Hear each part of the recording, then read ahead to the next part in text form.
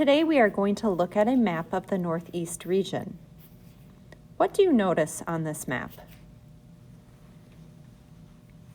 You'll see the map has a legend or a key. It also includes the compass. We also notice that the map has all the states labeled in red. And then, according to the legend, you can see the state capitals are the little circle with the star in the middle.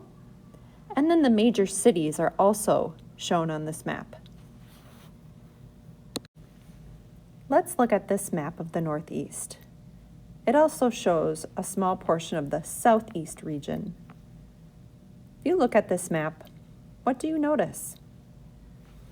Well, I notice the key down here shows us that the map identifies plains, plateaus, hills, and mountains. These are all different types of landforms. Looking at the Northeast region, I can see that many of the states are covered by plateaus and mountains. Right here is what's called the Appalachian Mountains. These mountains stretch all the way across the Northeast region. This is a major landform in the Northeast. Look at this map. Jot down some of your observations or noticings. Write about it in your reader's notebook. Today you will finish reading the book or listening to the book, The Northeast. Remember, you will find this book in True Flicks, which is located in your elementary online resources on Schoology. Read chapters 4 and 5. As you read, you are going to think about and answer 2 questions.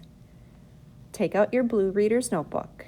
As you read chapter 4, think about how does the Northeast make use of its resources?